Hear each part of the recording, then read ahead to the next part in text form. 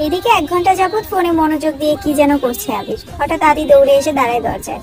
ভাইয়া, তোমায় খেতে ডাকছে। যা, আসছি। 10 মিনিটের মধ্যে সাদা শার্ট পরে রেডি হয়ে নিচে নামলো আবির। অসময়ে তেমন কেউ নেই নিচে। বিকাল 4টা বাজে। সবার খাওয়া শেষ অনেক আগে। মালিহা খান বসেছিলেন ছেলের জন্য। ছেলের ফিটফাট হয়ে রেডি হওয়া দেখে মালিহা খান জিজ্ঞেস করছেন, কোথাও যাবি? আবির বলল, হ্যাঁ, একটু কাজ আছে। আবির চুপচাপ খাবার খাচ্ছে।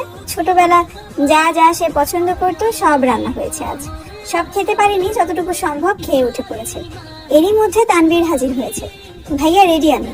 এখন যাবে নাকি লেট হবে? না, এখনই বের হব। মালিহা খান রান্নাঘর থেকে ডেকে বলছেন, গাড়ি নিয়ে বের হবি না? চাবি নিয়ে যা। না, গাড়ি লাগবে না আম্মু। দুই ভাই বের হয়ে গেল। যৌথ পরিবারগুলোর সবচেয়ে আনন্দময় সময় হলো সন্ধ্যাবেলা। বাড়ির সকলে মিলে হইচই করে বিকেলে নাস্তা খাওয়া, একটু টিভি দেখা, খেলাধুলা করা, আড্ডা দেওয়া। সমস্যা শুধু বড় ভাই তানভীর সবসময় মেঘকে চোখে চোখে রাখে। কি করছে কি না করছে, কখন খাচ্ছে, পড়াশোনা করছে কিনা, এসব কিছু দেখার যেন তার একমাত্র কাজ। কিন্তু মিম আর আদিকে কোনোদিন একটা ধমক পর্যন্ত দেয়নি তানভীর। এ কেমন দুমুখ ব্যবহার! তানভীর যতক্ষণ বাসার বাইরে থাকে, মেঘ ততক্ষণ মুক্ত এবং স্বাধীন। তানভীর বাসায় না থাকায় 3 ভাই বোন মিলে ছুটাছুটি করছে। মেঘ যা বলে ছোট দুইটা তাই করে। মেঘ আর আবিরের এখনো দেখা হয়নি। মেঘ কোচিং থেকে এসে রুমে যে ঢুকেছিল, তার গিফট নিয়ে ব্যস্ততার কারণে সবেমাত্র রুম থেকে নিচে এসেছে। অন্যদিকে আবির বাসা থেকে চলে গেছে আরো 2 ঘন্টা আগে। মেঘ, মিম আর আদির ছুটাছুটি শেষ হয় বড় আব্বুর জনাব আলী আহমদ খানের বাসায় প্রবেশ দেখে। আহমদ আলী খান বাসায় ঢুকতে ঢুকতে নিজের স্ত্রী মালিহা খানকে জিজ্ঞেস করলেন, আবির কোথায়? মালিহা খান উত্তর করলেন, ও তো তানভীরকে নিয়ে বের হলো, বলল কি কাজ আছে। আলী আহমদ খান সোফায় বসতে বসতে মেঘের দিকে তাকিয়ে প্রশ্ন করলেন, পড়াশোনার কি অবস্থা আম্মু? মেঘের শান্ত স্বরে উত্তর করলো, আলহামদুলিল্লাহ ভালো বড় আব্বু। তবে তবে কি? প্রশ্ন করলেন আলী আহমদ খান। আমার ফিজিক্স আর ম্যাথে একটু সমস্যা, কোচিং এর সাথে কুলাতে পারছি না। প্রাইভেট গুলোতেও অনেকটা এগিয়ে গেছে। আলী আহমদ খান বললেন, ঠিক আছে, তোমার জন্য প্রাইভেট টিউটর নিয়ে আসবো। কাল বা পরশুর মধ্যেই ম্যানেজ করতেছি। তুমি চিন্তা করো না, মন দিয়ে পড়াশোনা করো আম্মু। তোমার ভাই তানভীর তো আমার কোনো কথা শোনে না, আর না শুনে তোমার আব্বুর কথা। কোথা থেকে মাথায় ভূত চেপেছে, রাজনীতি করবে। পড়াশোনায় গুরুত্ব না দিয়ে রাজনীতিতে গুরুত্ব দিচ্ছে। তুমি পড়াশোনা করো ভালো করে, মেডিকেলে অথবা ঢাকা বিশ্ববিদ্যালয়ে যেন চান্সটা হয়ে যায়। জি বড় আব্বু, চেষ্টা করব। খেয়েছো কিছু তোমরা? আলী আহমদ খান জিজ্ঞেস করলেন। এবার উত্তরটা মিম দিল, হ্যাঁ বড় আব্বু, খেয়েছি আমরা। ঠিক আছে, এখন রুমে গিয়ে পড়তে বসো। 3 ভাই বোন কোনো কথা না বলে 3 দিকে যার যার রুমে চলে যান। রাত 9টায় বাড়িতে ঢুকে আবির আর তানভীর খাবার টেবিলে খেতে বসছেন। 3 ভাই আর আদি। মিম, মেঘ কেউ নেই। রান্নাঘরে 3 যা খাবার রেডি করছেন। বিকেলে আবিরের সাদা শার্ট পরে বেরিয়েছিল। সাদা শার্টে 2-3টা জায়গায় একটু একটু রক্ত লেগে আছে, আর আবিরের হাতেও 3টা ওয়ান টাইম ব্যান্ডেজ লাগানো। নজরে পড়ে ছোট চাচু ইকবাল খানের। কি রে আবির, তোর হাতে কি হয়েছে? শার্টেই বা দাগ কিসের? এই কথা শুনে ছুটে আসেন মালিহা খান। কি হয়েছে আবির? বুকের ভেতরটা ছাদ করে উঠেছে। একমাত্র ছেলের শরীরে একটা আঁচড় ও মা সহ্য করতে পারেন না। আবির বলল, তেমন কিছু না, হাতে একটু লেগেছিল, ঠিক হয়ে যাবে, চিন্তা করো না। আর কথা না বেরিয়ে সিঁড়ির কাছে চলে যায় আবির। আলী আহমদ খান ছেলের দিকে তাকিয়ে প্রশ্ন করেন, খাবে না? না আব্বু, বিকেলে খেয়েছি, খিদে নেই। এই বলে রুমের দিকে চলে যায় আবির। আবিরের কণ্ঠ শুনে মেঘ রুম থেকে বের হয় তাড়াতাড়ি। এতগুলো গিফট দিলেও অবশ্যই ধন্যবাদ জানানো উচিত। 7 বছরে ভাইয়ের মুখটাও দেখেনি সে।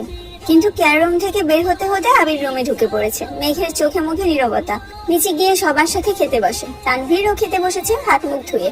ইকবাল খান তানভীরের উদ্দেশ্যে বলে, তুই তো ছিলি আবিরের সাথে, কি হয়েছে বল। তানভীর বলল, চাচ্চু আমি তো ভাইয়ার সাথে বের হয়েছিলাম, কিন্তু পরে আমি পার্টি অফিসে চলে গিয়েছিলাম, তাই সঠিকটা জানি না।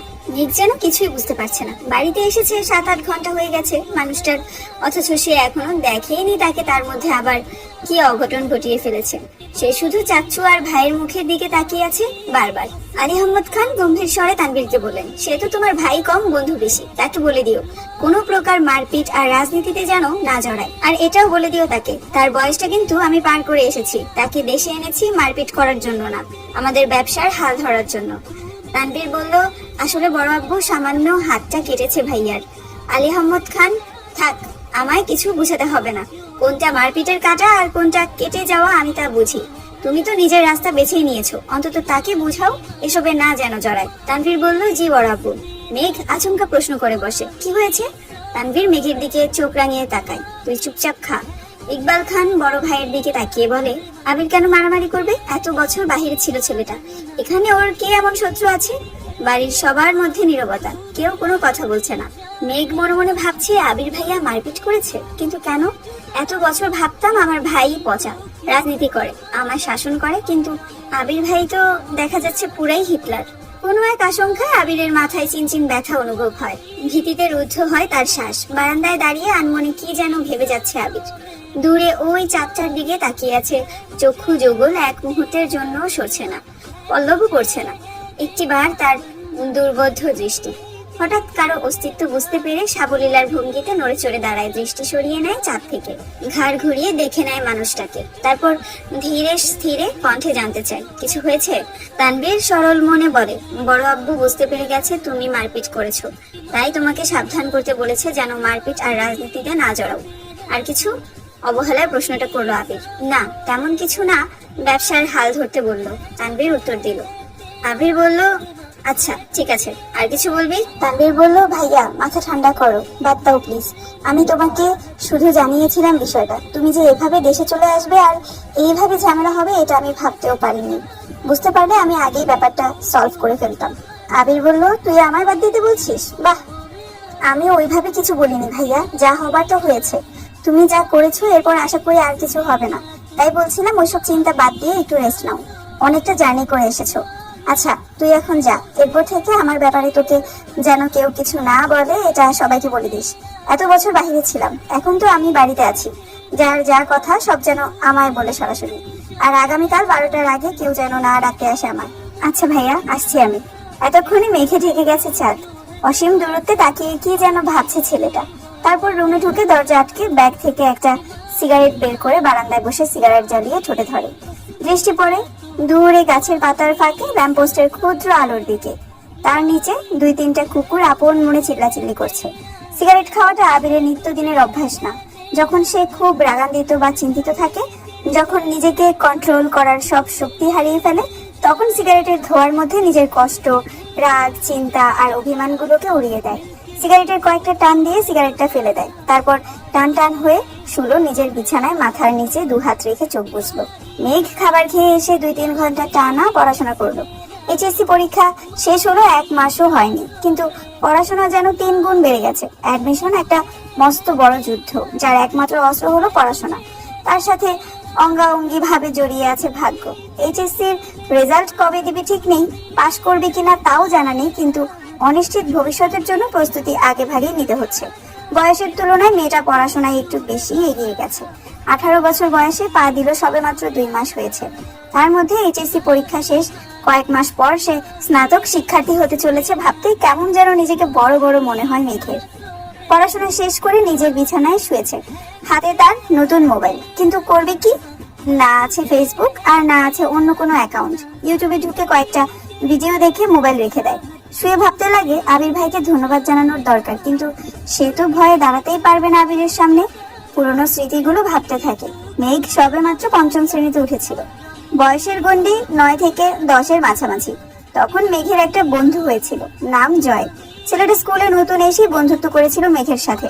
ছোটবেলা পিচ্চিদের বন্ধুত্ব যেমন ছিল, চকলেট শেয়ার করা, টিফিন শেয়ার করা, একসাথে খেলাধুলা করা, একটা সপ্তাহও হয়নি তাদের বন্ধুত্বের। 7 দিনের মাথায় আবির স্কুলে গিয়ে মেঘকে আর জয়কে একসাথে খেলতে দেখে। স্কুলে সবার মাঝখানে মেঘের গালে কয়েকটা থাপ্পড় বসিয়ে দিয়েছিল, আর রাগান্বিত স্বরে বলেছিল, তোকে যদি আর কোনোদিন কোনো ছেলের সাথে কথা বলতে দেখি বা খেলতে দেখি তাহলে তোর খবর আছে। তারপর বোনকে টানতে টানতে বাড়িতে নিয়ে আসে। একটা বার বোনের দিকে তাকিয়েও দেখেনি, দুগালে আবিরের 5 আঙুলের দাগ বসে গিয়েছিল। সেই যে থাপ্পড় দিয়েছিল মেঘ 1 সপ্তাহ জ্বরে পড়েছিল। মেঘ ছোটবেলা থেকেই খুব অভিমানী ছিল। ছোট্ট মেয়েটা এই থাপ্পড়ের ভয়ে আর আতঙ্কে আর কখনো আবিরের দিকে চোখ তুলে তাকায়নি। কথা বলা তো দূরের বিষয়, আবির বাসায় থাকাকালীন রুম থেকে বেরই হয়নি মেঘ বালিকা। আবিরও কখনো খোঁজ নেয়নি মেয়েটার। ছোট্ট মেঘের মনে তখনই জন্ম নেয় আবির ভাইয়ের প্রতি অভিমান, সীমাহীন অভিযোগ, কষ্ট আর বৃতৃষ্ণা। 2 বছর পর দেশ ছাড়ে আবির। এই সময়ের মাঝে মেঘ আবিরের সাথে এক টেবিলে খেতেও বসতো না। আবিরকে দেখলেই যেন ছুটে পালাতো মেঘ। আবির বিদেশ চলে যাওয়ার পর মেঘ আবিরের ভয় থেকে নিজেকে সাবলীল করে আপন মনে রাজত্ব করতে থাকে খানবাড়িতে। আবিরের পাশের রুমটায় তার দখলে চলে আসে। আবির থাকলে হয়তো কখনোই সে এই রুমে আসতো না। বিদেশ যাওয়ার পর আবির সবার সাথে ভিডিও কলে কথা বলেছে, কিন্তু কথা বলা হয়নি মেঘের সাথে।